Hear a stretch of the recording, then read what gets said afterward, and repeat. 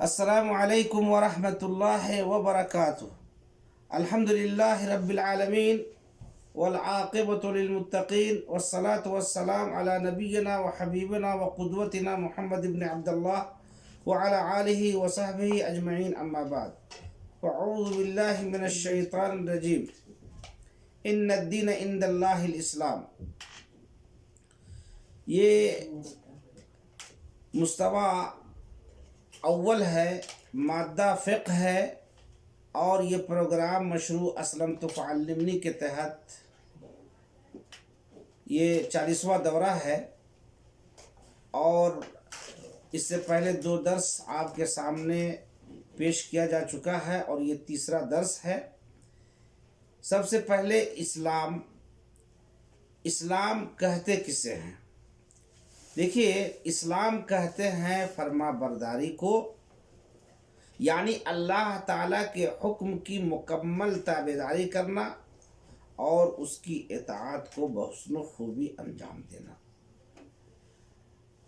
اسلام کے ارکان، اسلام کے 5 ارکان ہیں، جیسا کہ صحیح حدیث میں نبی کریم صلی اللہ علیہ وسلم نے فرمایا، بنی الاسلام علی 5 شہادت اللہ الہ الا اللہ وان محمد رسول اللہ واقام الصلاۃ وایتاء الزکوٰۃ وصوم رمضان وحج بیت اللہ۔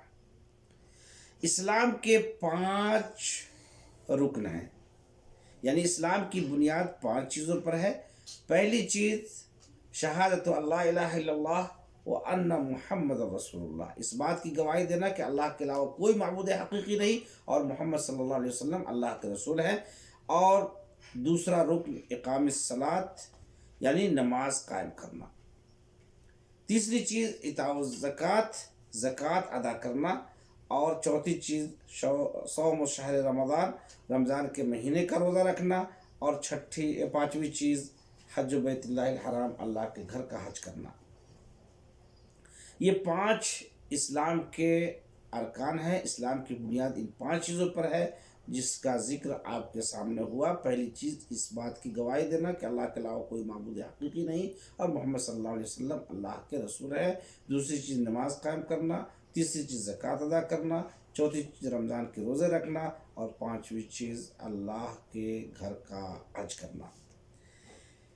اسلام کا پہلا رکن کلمہ شہادت ہے، یعنی اشہد ان لا الہ الا اللہ واشہد ان محمد رسول اللہ، اس بات کی گواہی دینا کہ اللہ کے علاوہ کوئی معبود حقیقی نہیں ہے۔ اللہ تبارک و تعالیٰ کا فرمان ہے، وما خلقت الجن والانس الا لیعبدون، میں نے جنوں اور انسانوں کو صرف اپنی عبادت کے لیے پیدا کیا ہے۔ اور دوسری جگہ اللہ تبارک و تعالیٰ نے سورۃ الانعام میں فرمایا، قل ان صلاتی ونسکی ومحیای ومماتی للہ رب العالمین، اے نبی آپ کہہ دیجئے کہ بے شک میری نماز، میری قربانی، میری زندگی اور موت سب اللہ رب العالمین کے لیے ہے۔ عبادت کسے کہتے ہیں؟ عبادت کی تعریف کیا ہے؟ عبادت کہتے ہیں اقوال اور اعمال میں سے ہر وہ چیز، خواہ ظاہر ہو یا باطن، اللہ کو محبوب اور پسندیدہ ہو۔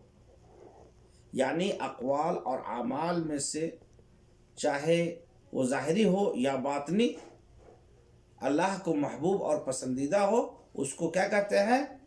عبادت کہتے ہیں۔ شہادت کا مطلب کیا ہے؟ شہادت کا مطلب ہے کہ اشہد ان لا الہ الا اللہ و اشہد ان محمد رسول اللہ، یعنی میں گواہی دیتا ہوں کہ اللہ کے علاوہ کوئی معبود حقیقی نہیں ہے۔ معبود تو بہت سارے ہیں، معبودان باطلہ، لیکن معبود حقیقی صرف اور صرف ایک ہی ہے، وہ اللہ تبارک و تعالی ہے۔ اور دوسری چیز رسالت، اور میں گواہی دیتا ہوں کہ محمد صلی اللہ علیہ وسلم اللہ کے سچے رسول ہیں، یعنی توحید اور رسالت۔ دوسرا رکن جو نماز کی ادائیگی ہے، اس کا ذکر انشاءاللہ آئندہ درس میں کروں گا۔ تیسرا رکن اسلام کا زکوٰۃ ہے۔ اللہ تبارک و تعالیٰ کا فرمان سورۃ النور کے اندر وَأَقِیمُوا الصَّلَاةَ وَآتُوا الزَّکَاةَ وَأَطِیعُوا الرَّسُولَ لَعَلَّکُمْ تُرْحَمُونَ، اور تم نماز قائم کرو اور زکوٰۃ ادا کرو اور تم رسول کی اطاعت کرو تاکہ تم پر رحم کیا جائے۔ زکوٰۃ کا لغوی معنی پاکی، صفائی، ستھرائی، بڑھوتری اور نمو کے ہے، اور شریعت میں زکوٰۃ کہتے ہیں کہ مخصوص مال کے اندر مخصوص لوگوں کے لیے مخصوص وقت میں جو ایک واجبی حق ہے اس کو زکوٰۃ کہتے ہیں۔ یعنی چند شرطوں کے ساتھ مال کے اندر ایک واجبی صدقہ ہے، خاص، معروف اور متعین لوگوں کے لیے، اور یہ زکوٰۃ کو متعین وقت پر نکالی جائے۔ زکوٰۃ کے فوائد: اللہ و تبارک و تعالیٰ کی اطاعت ہر چیز کی جانب سے بجا لانی ہے، اور مال سے یعنی مال کا زکوٰۃ ادا کر کے بھی۔ دوسرا فائدہ یہ ہے کہ فقراء اور مساکین کی اس سے مدد ہوتی ہے، یعنی زکوٰۃ کا مال آپ نکالیے گا اور فقراء اور مساکین کو دیجیے گا تو اس کی مدد ہوگی۔ تیسری چیز، انسان اس سے جود و کرم اور سخاوت سیکھتا ہے اور بخل جیسی قبیح صفت سے نکل جاتا ہے۔ دیکھیے، مال کا زکوٰۃ ادا کرنا چاہیے، اور انسان کو چاہیے کہ جب وہ مال کا زکوٰۃ ادا کرے گا تو بخل جیسی قبیح صفت سے وہ نکل جائے گا، اور اس کے ذریعے سے اس کا مال پاک و صاف ہو جائے گا، اور اس کے اندر سخاوت بھی پیدا ہوگی۔ یہ جود و کرم سکھاتا ہے اور سخاوت سکھاتا ہے۔ کن کن اموال میں زکوٰۃ ہے، یعنی مال کی وہ اقسام جن میں زکوٰۃ واجب ہے، وہ 4 طرح کے ہیں۔ پہلی چیز الذهب والفضہ والنقد، یعنی نقدی، سونا اور چاندی میں زکوٰۃ واجب ہے۔ دوسری چیز ہے عروض التجارہ، یعنی تجارتی سامان وغیرہ میں۔ اور تیسری چیز بہیمۃ الانعام، یعنی چرنے والے مویشی، لیکن وہ چوپائے جو باندھ کر نہ کھلائے جائیں بلکہ انہیں چھوڑ کر کے چرایا جائے، اور یہ اونٹ، گائے، بکریاں، دمبا وغیرہ ہیں۔ چوتھی چیز الحبوب والثمار، یعنی غلہ جات اور میوہ جات ہے۔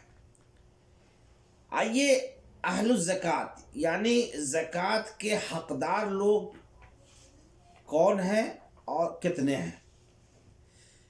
اللہ تبارک و تعالیٰ نے سورۃ التوبہ کے اندر اس کو بیان کیا ہے، انما الصدقات للفقراء والمساکین والعاملین علیہا والمؤلفۃ قلوبہم وفی الرقاب والغارمین وفی سبیل اللہ وابن السبیل فریضۃ من اللہ واللہ علیم حکیم۔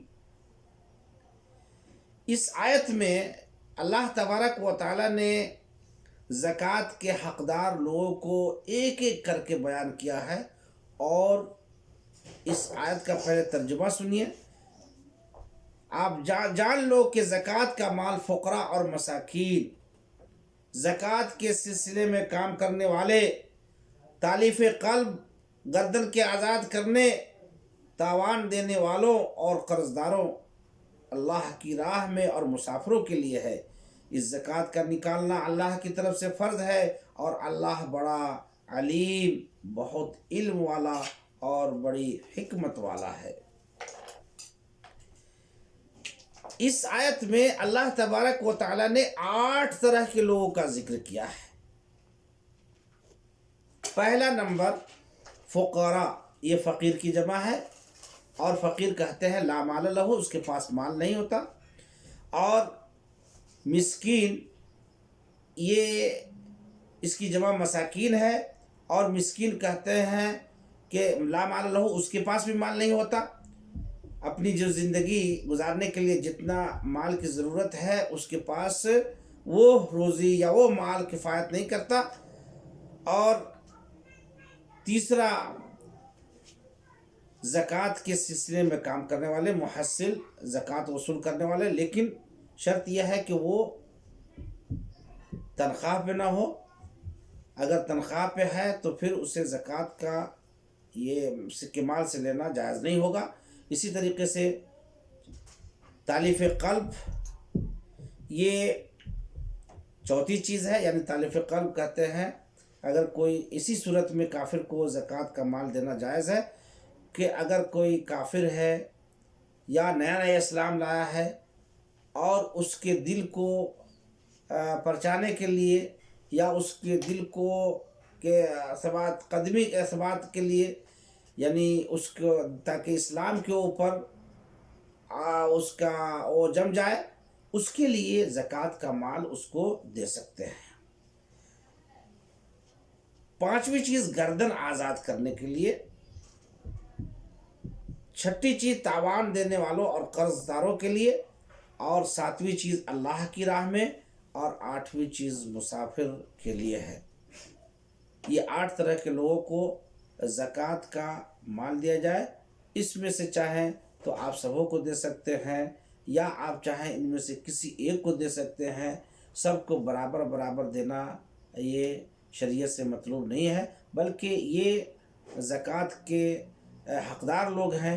ان میں سے جس کو چاہیں آپ زکوٰۃ کا مال دیں، لیکن اگر آپ کے رشتہ دار فقراء اور مساکین میں ہیں تو پہلے رشتہ داروں کا خیال کریں، پھر دوسرے فقراء اور مساکین کا، اس لیے کہ آپ اس میں دوہرا اجر پائیں گے، ایک قرابہ داری کا اور دوسرا زکوٰۃ نکالنے کا. اسی پہ اپنے درس کو ختم کرتا ہوں اور اللہ تبارک و تعالیٰ سے دعا کرتا ہوں کہ اللہ تبارک و تعالیٰ ہمیں اور آپ کو زکوٰۃ نکالنے اور اس کے جو لوگ حقدار ہیں اس تک پہنچانے کی توفیق بخشے. وصلی اللہ علی نبینا محمد وعلی آلہ وصحبہ اجمعین.